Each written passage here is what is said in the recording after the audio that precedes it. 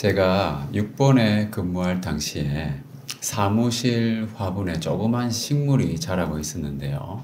어느 날에 그 식물에 그 잎사귀가 몇 개 붙어 있는 조그만 가지가 그 사무실 바닥에 떨어져 있더라고요.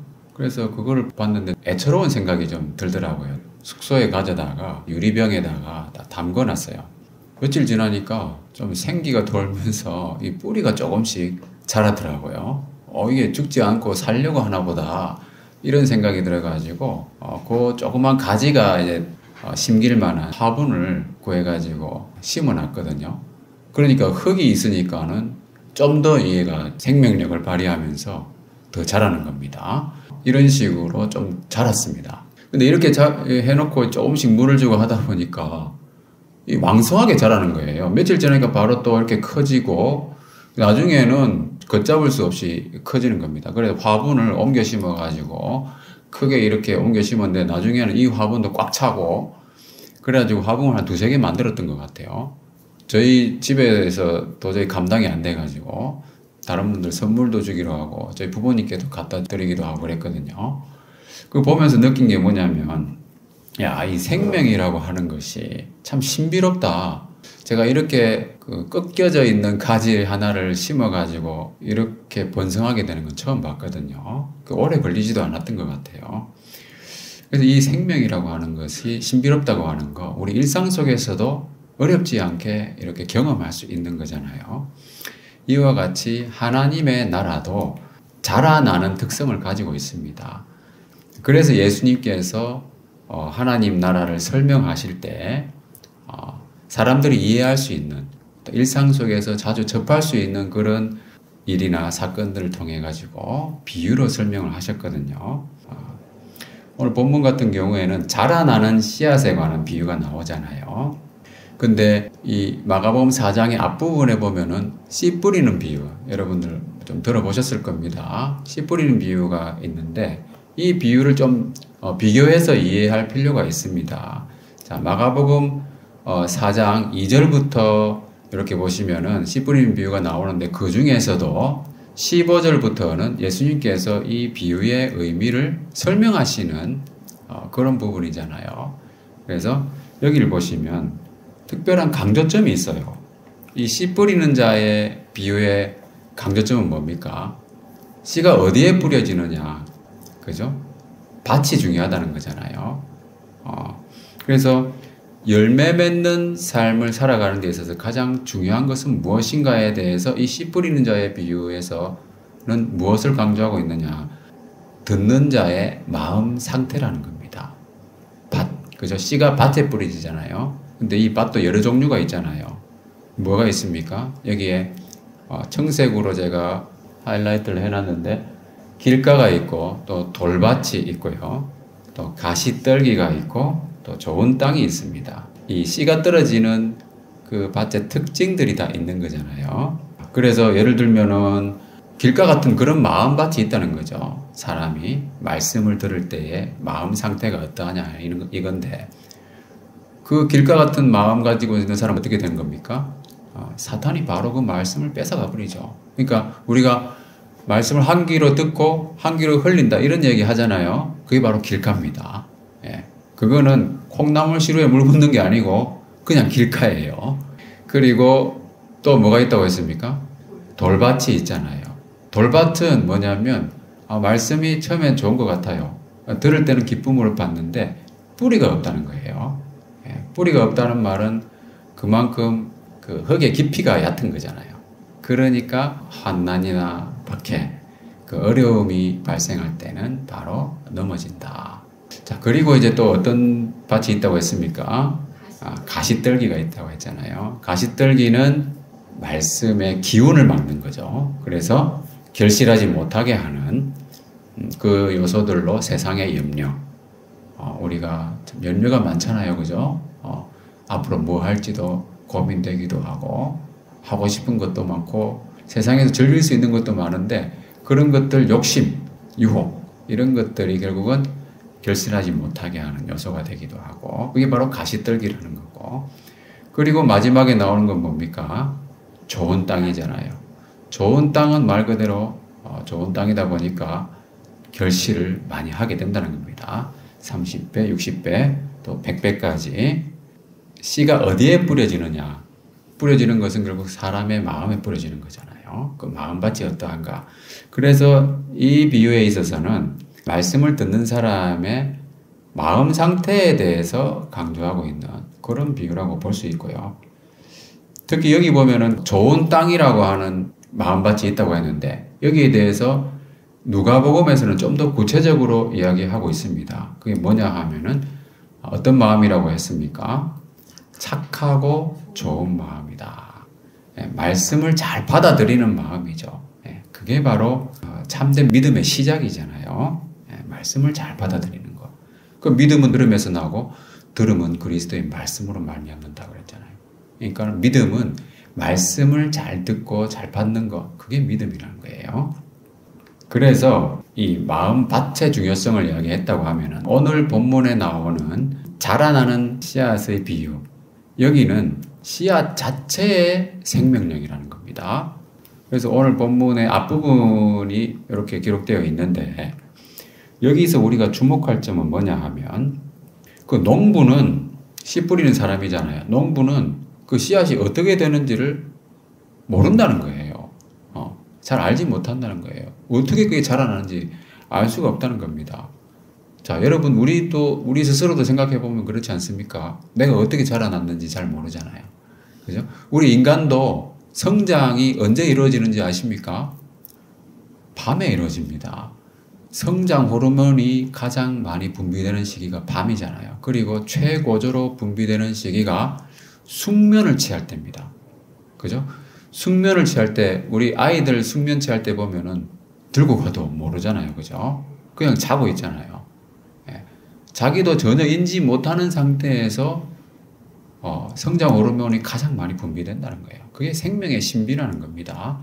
그래서 하나님께서는 생명 자체에 대해서 그 배후에서 역사하고 계시는 거죠. 그러니까 씨앗이 자라나는 거죠. 그리고 또 한 가지 우리가 여기서 주목할 건 뭐냐면 땅이 스스로 열매를 맺는다고 그랬잖아요. 그러니까는 그 농부가 뭘 하는 것 같아도 자기가 하는 거에 비해서는 너무나 큰 일들이 벌어지고 있는 거예요. 그러니까 너무 감사한 거죠. 나중에 추수할 때 되면은 은혜와 감격을 하나님께 표현하기 위해서 추수감사 예배를 드린다거나, 우리나라는 전통적으로 추석이라고 하는 그런 한가위 명절도 있지만, 아무튼 농부가 그거를 키울 수는 없는 거잖아요. 그죠? 할 수 있는 게 상당히 미미한 거예요. 그렇지만은 땅이 스스로 열매를 맺는다는 거예요. 그 씨앗의 배후에서 일하시는 하나님이 놀랍기 때문이죠. 그리고 또 한 가지 여기서 주목할 것은 뭡니까? 과정이 있다는 거예요. 한꺼번에 갑자기 그 씨앗이 열매 맺는 게 아니라는 거잖아요. 어떻게 됩니까? 처음에는 싹인 거예요. 그리고 자라서 이삭이 되고, 그 다음에 이삭에 충실한 곡식, 알찬 나달이 되기까지 건너뛰는 과정은 없는 거죠. 그리고 슬로우 앤 스테디라는 말이 있잖아요. 꾸준하게 성장한다는 겁니다. 씨 뿌리는 사람은 전혀 모르지만 이 자라나는 씨앗 자체가 결국 하나님께서 자라게 하신다는 거잖아요. 그래서 이사야 말씀에도 보시면은 비와 눈이 하늘로부터 내려서 그리로 되돌아가지 않고 땅을 적셔서 서출이 나게 하며 또 싹이 나게 하며 파종하는 자에게는 종자를 주며 먹는 자에게 양식을 준 것 같이, 다 같이 11절 읽어보겠습니다. 시작. 내 입에서 나가는 말도 이와 같이 헛되이 내게로 되돌아오지 아니하고 나의 기뻐하는 뜻을 이루며 내가 보낼 일에 형통함이니라. 자, 하나님의 말씀이 이 세상에 전파되잖아요. 그죠? 그런데 그 말씀 자체에 능력이 있는 거예요. 하나님 말씀에 능력이 있기 때문에 그 말씀은 결코 헛되지 않다는 겁니다. 자, 우리가 복음을 전할 때에 그 말씀을 전하잖아요. 그런데 별로 반응이 없습니다. 참 마음은 답답하잖아요. 눈에 띄는 반응이 없으니까. 그런데 제가 알지 못하는 어디에서 무슨 일이 일어나는지 우리는 모른다는 거예요. 하나님께 맡기고 이 말씀을 믿고 우리는 어떻게 해야 됩니까? 말씀을 전해야 되는 거죠. 말씀 자체에 능력이 있고 하나님이 일하신다는 거예요. 하나님이 일하신다고 하는 거. 하나님이 자라나게 하신다는 겁니다. 우리 2월 달에 고린도전서 말씀을 또 읽고 있잖아요. 보시면은 유사한 말씀이 있습니다. 사도 바울이 이야기합니다. 나는 심었고 아볼로는 물을 주었으되 오직 하나님께서 자라나게 하셨나니 그런즉 심는 이나 물 주는 이는 아무것도 아니로되 오직 자라나게 하시는 하나님뿐이니라. 심는 이나 물 주는 이는 아무것도 아니라는 거예요. 자라게 할 수 있는 없다는 겁니다. 심는 것과 물 주는 일은 정말 미미한 일인데 하나님께서 자라나게 하신다고 하는 거. 그렇지만 심는 이와 물 주는 이의 역할도 필요하기 때문에 하나님께서는 그 역할에 대해서는 자기 일한 대로 상을 주신다고 말씀하셨잖아요. 그죠? 말씀을 전하면 상을 받는 거예요. 저는 목회자로서 말씀을 전하는 설교자로서 말씀 전하잖아요. 저는 최대한 여러분들에게 복음 중심적인 성경 본문 중심적인 말씀을 전하려고 합니다. 그럼 하나님께서 이걸 아시기 때문에 분명히 하나님 상을 주실 겁니다. 그래서 그걸 생각하면 감사한 거죠. 소망이 있는 거고. 그리고 9절에 뭐라고 했냐면 우리는 하나님의 동역자들이요 너희는 하나님의 밭이요 하나님의 집이다. 그래서 자, 열매 맺는 삶에 있어서는 두 가지가 다 필요합니다. 하나님이 일하신다고 하는 거 아주 중요한 거잖아요. 절대 이것은 거의 절대적이라고 볼 수 있습니다. 근데 똑같이 중요한 건 뭡니까? 본인의 마음 상태. 그죠? 본인의 마음 상태가 길가이면은 하나님이 일을 하시고 싶어도 일을 못 한다는 겁니다. 그죠? 사단이 말씀을 빼앗아 가버리니까. 그래서 본인의 마음 상태와 더불어서 우리 인간의 모습에서는 영적 지도자의 가르침이나 그런 노력이 있어야 되겠죠. 그런 하나님과 인간의 동역을 통해서 성장하고 확장되어가는 특징이 있다고 하는 겁니다. 자, 하나님은 하나님의 파트를 하시잖아요. 하나님은 자라나게 하시는 파트를 하시는 겁니다. 그럼 우리는 뭘 해야 됩니까? 우리의 역할은 마음을 잘 준비해야 되는 거죠. 그래서 제가 예배 시작하기 5분 전에 여러분 오셔서 예배를 준비하고 이게 다 마음을 준비하는 겁니다. 물론 오늘 하루뿐만이 아니고 매일매일을 하나님 앞에 그런 마음으로 살아야 되겠지만 특히 같이 또 예배하는 그런 날이기 때문에 그렇게 강조드린 거죠. 그래서 우리가 마음을 준비하는 것은 주일 예배뿐만 아니고 또 경건의 시간 매일매일 가지는 것과 또 일상 속에서 또 주님의 뜻대로 살아가는 것 다 통할하는 것이다. 이렇게 생각하시면 되겠습니다. 자, 마음 상태에 대해서 참 경고하시는 말씀이 있는데요. 오늘 본문 바로 앞에는 뭐라고 그랬냐 하면은 있는 자는 받을 것이요 없는 자는 그 있는 것까지도 빼앗기리라 이렇게 말씀하셨어요. 이게 뭐냐면 영적인 빈익빈 부익부. 있는 자는 더 받는다는 거예요. 없는 자는 그 있는 것까지도 빼앗기리라. 없는 자가 아예 없는 게 아니라는 겁니다. 그죠? 분명히 있는데 자기는 없다고 여기고 항상 불평하고 그죠? 불만 가득한 생활, 만족하지 못하는 생활을 하는 거죠. 그래서 말씀을 귀중히 여기고 매사에 그 말씀에 주의하는 사람, 이게 있는 사람이에요. 그런 사람은 영적으로 더 풍성해진다는 겁니다. 그런데 반면에 말씀을 소홀히 여기고 그 말씀에 주의하지 않으면은 영적으로 결핍되는 것이다. 그런 말씀의 경고예요. 그래서 우리는 어떻게 해야 되겠습니까? 영적으로 부익부가 되어야 되죠. 부익부. 그죠? 빈익빈 되면 안 된다는 거예요. 정말 하나님의 말씀은 살아있는 능력이 있기 때문에 우리가 그 말씀을 믿음으로 잘 받아들여야 된다. 그리고 우리가 오늘 본문에서 알 수 있는 바는 열매가 익으면 곧 낫을 된다고 그랬잖아요. 이는 추수 때가 이르렀음이라. 여러분 추수 때는 반드시 옵니다. 추수 때는 반드시 추수합니다. 근데 추수를 하려고 낫을 댔는데 알곡이 있고 또 쭉정이가 있을 수 있잖아요. 그죠? 나는 어떻게 돼야 될 것인가? 알고 기대야 되겠죠. 예, 알고 기대야 됩니다. 그거 어떻게 해야 되느냐? 조금 전에 제가 이야기했잖아요. 하나님이 잘하게 하시는 그 하나님 파트는 하나님이 하시는 거고 우리는 우리의 파트를 잘 하면 되는 거예요. 근데 그것도 내 노력으로 인간적인 노력으로 하는 것이 아니라는 겁니다. 하나님을 의지하면서 믿음으로 하는 거예요. 그 추수 때는 뭡니까?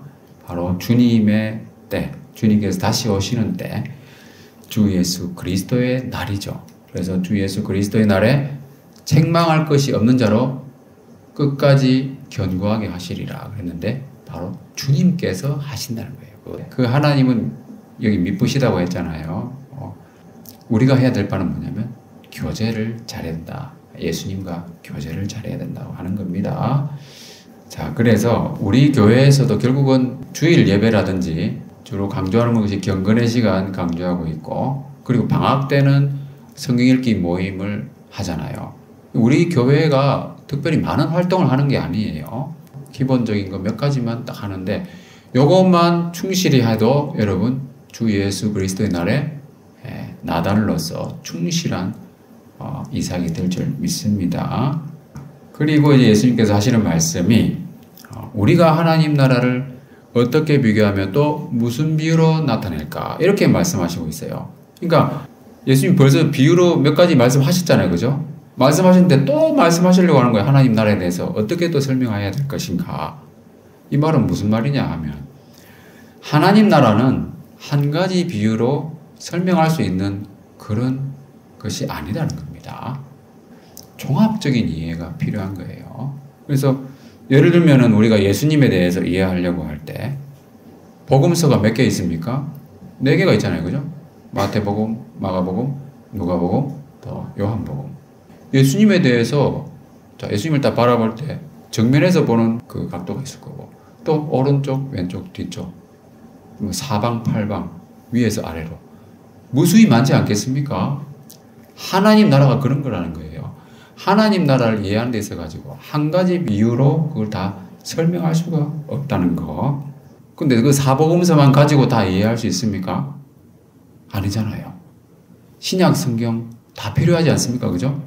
예수님에 대한 해설, 그죠? 사도 바울이 깨달은 것들이 쭉 기록되어 있고 또 나머지 사도들이 많이 기록해 놓은 서신서들 읽어봐야 되잖아요. 근데 그것만 됩니까? 그것만 가지고도 안 된다는 거예요. 구약 성경까지. 그 신구약 전체 예수님의 그 실체를 보는 데 있어가지고 그 그림자, 그죠? 예수님을 예표하고 있는 것들, 어떤 분인가 하는 것들, 구약 성경에 다 나와 있지 않습니까? 그런 것까지도 다 우리가 바라볼 때 주님을 이해하게 된다는 겁니다. 그래서 자, 하나님 나라는 이와 같이 성경 전체를 통해서 이해하고 알게 되는 그 놀라운 나라라는 거예요. 그러니까 성경 통독이 중요한 겁니다, 여러분. 성경을 한 구절 딱 알고 또 다른 한 구절 알고 이게 중요한 게 아니고 그것도 물론 필요합니다. 중요하기 때문에 우리가 필요한 구절 암송하잖아요. 그렇지만 거기에 그치면 안 되고 전체를 우리가 많이 읽어봐야 된다고 하는 거. 하나님 나라는 이와 같이 광대하고 놀라운 것이다. 우리는 이 하나님 나라의 시민이 되었다고 하는 거 여러분 자부심을 가지시고 감사해야 되겠죠. 자, 그리고 그래서 이제 예수님께서는 이어서 비유를 말씀하시는 겁니다. 겨자씨 한 알과 같다. 이런 말씀하시잖아요. 가장 작은 풀이, 그죠? 모든 풀보다 커진다고 하는 거. 그래서 공중에 새들이 깃들일 정도가 된다고 말씀하고 있습니다. 여기서 공중의 새들에서 이제 공중이라고 하는 말은 우라노스라고 하는 건데 주로 heaven이라고 번역되는 그냥 air, 공중이라고 하는 말보다 하늘, heaven이라고 번역되는 단어거든요. 하늘의 새, 그죠? 하늘의 새들은 어떻습니까? 국경에 제한이 없잖아요. 특별히 제한받지 않고 날아다니는 그런 새들이잖아요. 그래서 모든 민족 중에서 하늘에 속한 시민은 다 이 하나님 나라에서 안식할 수 있다는 겁니다. 유대 민족뿐 아니라 헬라인이나 야만이나 또 우리 한국 사람들도 일본이나 동남아나 아프리카나 모든 민족의 모든 지역에 있는 사람들이 하늘 시민이면은 다 이 하나님 나라에서 안식할 수 있다는 거예요. 공중의 새가 깃들인다고 하는 거. 그래서 모든 민족에게 안식처가 되는 하나님의 나라. 정말 위대하고 놀라운 그런 영적 제국이 아니겠습니까? 그러니까 교사씨와 같이 가장 작은 정말 미약한 존재로서 시작해가지고 나중에는 심히 창대하게 된다고 하는 그런 의미라는 거죠. 실제로 예수님은 나사렛 출신이잖아요. 볼품없고 사람들이 다 멸시하는 그런 지방의 출신으로 멸시를 당했습니다. 그렇지만 나중에 어떻게 됐습니까? 온 세상의 구주가 되셨다고 하는 거. 자, 이사야 60장 22절 다 같이 읽어보겠습니다. 시작. 그 작은 자가 천명을 이루겠고 그 약한 자가 강국을 이룰 것이라. 때가 되면 나 여호와가 속히 이루리라. 자, 예수님께서 실제로 이 위대한 하나님 나라를 이루셨고 또 이루어 가고 계시고 또 우리도 어떻습니까? 주님께 속한 자로서 우리는 참 연약하고 부족하잖아요. 내 한 사람을 바라보면은 정말 아무것도 아닌 존재잖아요.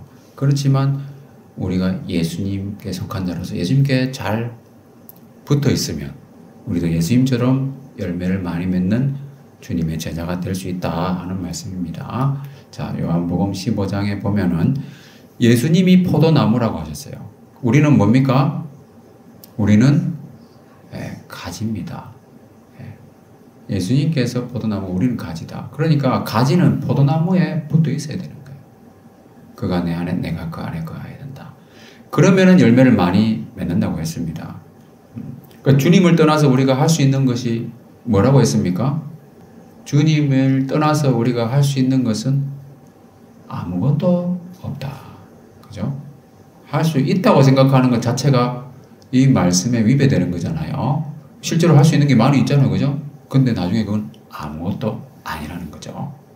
주님을 떠나서 뭘 한다고 하는 거 아무것도 아니라는 겁니다. 그래서 우리는 포도나무 대신 주님께 우리는 가지로서 잘 붙어 있으면 되는 거예요.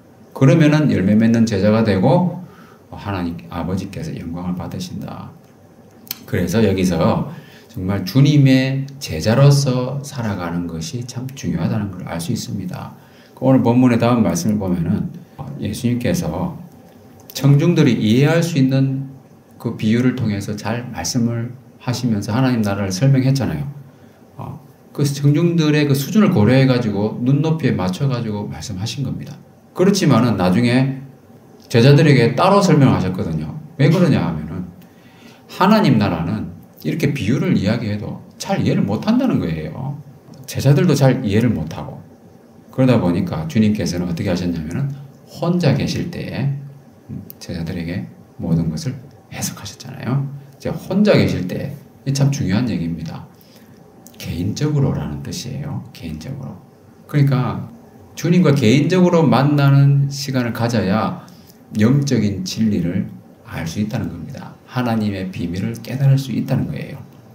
그래서 제가 항상 강조하잖아요. 개인적으로 가지는 경건의 시간. 아무리 강조해도 지나치지 않다. 그래서 매일매일 주님의 말씀 묵상하고 기도하는 그 경건의 시간 정말 중요하고요. 그리고 우리가 성경 읽기 모임을 하잖아요. 우리가 처음에 30분에서 40분 정도 혼자서 그죠? 주님과 독대하는 시간을 가지도록 제가 그런 시간을 드리잖아요. 주님과 개인적으로 만나면서 주님을 알아가는 시간. 그래야만이 하늘나라의 비밀을 알 수 있다는 겁니다. 그 지난주에도 우리가 광야에서 주님을 만나야 된다. 그런 얘기 했었잖아요. 네, 광야. 뭡니까? 정말 아무것도 없는, 하나님만 바라볼 수밖에 없는 그 환경에서, 은밀한 곳에서, 거기서 주님을 만나야 되는 거예요. 그래서 이렇게 개인적으로 주님을 자주 만나는 사람들을 가리켜서 뭐라고 하냐 하면 바로 그런 사람을 제자라고 하는 거예요. 뭐 제자들에 대해서 여러 가지 정의가 있을 수 있습니다. 예수님의 제자들의 특징 중 가장 첫 번째가 바로 이겁니다. 처음에 예수님께서 12제자를 세우실 때 뭐라고 했습니까? 처음 나오는 말씀이 이는 자기와 함께 있게 하시고 그랬어요. 예수님의 제자들의 특징 중 첫 번째는 바로 자기와 함께 있는 거예요. 생활을 같이 한다는 거예요. 언제 어디에 있든지 주님과 동행하는 것. 이것이 바로 주님의 제자의 가장 중요한 특징이라는 겁니다.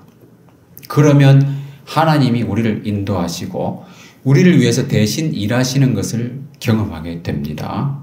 자, 그러다 보면은 시편 92편에 나와 있는 말씀처럼 하나님을 찬양하게 됩니다. 다 같이 읽어볼까요? 시작. 여호와여 주께서 행하신 일로 나를 기쁘게 하셨으니 주의 손이 행하신 일로 말미암아 내가 높이 외치리이다. 여호와여 주께서 행하신 일이 어찌 그리 크신지요 주의 생각이 매우 깊으시니이다. 하나님이 행하신 일로 말미암아 기쁨이 넘치고 또 높이 외치게 되고요. 주님의 행하신 일과 우리를 위한 그 생각에 감탄하게 된다는 거죠. 이것이 바로 우리가 누리는 신앙의 기쁨과 즐거움입니다. 여러분 이런 복을 다 누리고 싶지 않습니까? 이런 복을 누리려면 어떻게 됩니까? 주님의 제자가 되어야 돼요. 주님의 제자들이 누리는 복이기 때문입니다. 그래서 주님의 제자가 되기로 결심하고 주님과 교제에 힘써야 된다. 그러나 이런 것들을 경험하지 못하는 사람도 있습니다. 그런 사람들을 뭐라고 하냐 하면 어리석은 자라고 하는 거예요. 어리석은 자는 알지 못한다고 했잖아요. 또 무지한 자도 이를 깨닫지 못하는 겁니다. 하나님과 함께하면서 누리는 하나님이 행하신 일들, 그 생각들을 알 수가 없는 거예요. 하나님을 믿지 않고 자기 마음대로 살아가기 때문이죠. 그래서 지혜롭다거나 어리석다거나 하는 것은 보는 관점에 따라서 정반대의 평가가 될 수 있습니다. 고린도전서 말씀에 보면은 하나님의 어리석음이 사람보다 지혜롭고 하나님이 약하심이 사람보다 강하다 그랬어요. 인간의 관점에서는 하나님의 말씀은 참 어리석게 여겨집니다. 그리고 약해 보입니다. 그죠? 그러나 하나님 보시기에는 인간의 지혜가 참 어리석은 거예요. 자, 여러분 어떤 것을 택해야 될 것인가? 어리숙해 보여도 하나님의 말씀을 사랑하고 말씀대로 살아가는 것이 진짜 지혜입니다, 여러분. 근데 그걸 경험하려면은 그렇게 살아봐야 되는 거잖아요. 자, 시편 119편 말씀을 보면은 내가 주의 증거들을 늘 읊조림으로 늘 묵상함으로 나의 명철함이 나의 모든 스승보다 나으며 주의 법도들을 지킴으로 나의 명철함이 노인보다 낫다고 했습니다. 자, 하나님의 말씀대로 살면은 인간의 모든 지혜를 이기는 그런 결과를 경험하게 되는 겁니다. 제가 군대에 있을 때 제가 결혼을 하면서 하나님께 기도한 게 있었어요. 군대에서 여러분 아시다시피 이사를 자주 가잖아요. 그죠? 한 1, 2년 만에 자꾸 이사를 다녀야 됩니다. 이사를 가는 데 있어가지고 어떤 사람들은 뭐 자기 아는 사람들 연락하고 또 이것저것 자기 나름대로 지혜를 최대한 발휘해가지고 하는데 이사가 잘 안 됩니다. 군대에서 여러분 숙소가 한정되어 있고 그 전임자가 자기가 가야 되는 그 부대의 숙소가 확보가 안 되면 안 빠지잖아요. 그죠? 그럼 나도 갈 수가 없는 거예요. 그러다 보니까 이사하는 게 보통 문제가 아닙니다. 근데 저희가 결혼하면서 뭐라고 기도했냐면 하나님, 저희가 이제 군 생활을 하면서 이렇게 가정을 꾸렸는데 이사를 할 때 전입신고를 하기 전에 이사를 완료할 수 있도록 해주십시오. 저희가 항상 그렇게 기도했습니다. 주민세 때 하는 전입신고 말고요. 부대에 전입신고를 하는 그 근무하게 되는 첫날, 그걸 전입신고하는 날이라고 하거든요. 근데 20년 군생활, 결혼하고 나서부터는 한 13, 4년 정도 지났는데 그 기간 동안에 이사를 한 10번 가까이 했어요. 근데 지나고 보면 있잖아요. 그게 100% 이루어졌어요. 항상 저는 전입신고하기 전에 이사를 완료하고 어떤 분들은 있잖아요. 이사가 안 돼가지고 그 부대에서 근무하다가 중간에 이사를 하기 위해서 따로 시간을 냈어야 돼요. 근데 저희는 항상 이사를 완벽하게 전입신고하기 전에 이루어졌습니다. 그 얘기를 제가 나중에 어떤 선배 장교한테 이야기하니까 뭐라고 하냐면 저는 항상 전입신고하기 전에 이사를 했다고 그렇게 얘기했거든요. 근데 선배 장교가 뭐라고 하냐면 자기는 그렇게 한 적이 한 번도 없다고 하는 겁니다. 그 정도로 여러분 군대에서 그 간부들 이사하는 게 쉽지가 않습니다. 그걸 통해서 우리가 뭘 경험합니까? 하나님 말씀대로 기도하고 순종하며 살니까 다른 사람들이 이해하지 못하는 놀라운 일들이 많이 일어난다는 거예요. 하나님의 행하심을 경험하고 기뻐하게 된다는 겁니다. 자, 말씀을 마무리하겠습니다. 하나님의 나라는 자라나는 것입니다. 그래서 심오한 영적 생명력을 가지고 있는 유기체라고 할 수 있습니다. 자, 첫 번째는 우리가 하나님과 사람의 그 동력으로 성장한다고 그랬잖아요. 좋은 땅이 있어야 되고 물과 비료가 있어야 된다고 했어요. 하나님이 자라나게 하신다고 했습니다. 좋은 땅에 해당되는 건 뭡니까? 좋은 땅은 착하고 좋은 마음이죠. 또 물과 비료에 해당되는 것은 개인적인 묵상과 영적 지도자의 가르침이 다 필요한 겁니다. 그죠? 그 사람의 역할들이죠. 그리고 햇빛이나 날씨 이런 것도 하나님 주관하시잖아요. 그죠? 하나님이 자라나게 하시는 거예요. 그리고 두 번째로 시작은 어떠하나 나중은 어떻게 된다고 했습니까? 시작은 미약하지만 나중은 신임이 장대합니다. 우리가 주님께 잘 붙어 있으면 우리도 그러한 경험을 하게 될 것이다. 그리고 이것은 주님의 제자들이 누리는 복이라고 했어요. 제자라고 하는 것은 뭡니까? 주님과 개인적으로 자주 만나는 사람들입니다. 그래서 하나님의 말씀대로 사는 것이 참 지혜다 하는 거. 자, 마지막으로 이 말씀 읽어보겠습니다. 시작. 그러므로 우리가 그리스도의 도의 촉고를 버리고 죽은 행실을 회개함과 하나님께 대한 신앙과 세례들과 안수와 인자의 부활과 영원한 심판에 관한 교훈의 털을 다시 닦지 말고 완전한 대로 나아갈지니라. 네, 완전한 대로 나아갈지니라고 그랬습니다. 그래서 온전해지지 못하는 신앙은 자라나지 못하는 믿음은 좀 의심스러워요. 과연 생명력이 그 말씀이 그 마음에 심겨져 있는가? 한번 돌아볼 필요가 있는 겁니다. 씨앗 자체에 생명력이 있다고 했는데 거듭난 그리스도인이라고 하면 영적 성장에 대한 갈구하는 마음, 소원이 있어야 되는 겁니다. 따라서 우리는 하나님이 자라게 하신다고 하는 거, 하나님께서 친히 이루실 줄을 믿고 주님과 개인적으로 자주 만나는 그 제자의 생활을 통해서 참 지혜로 살아가는 온전한 그리스도인이 다 되시기를 주님의 이름으로 축원합니다.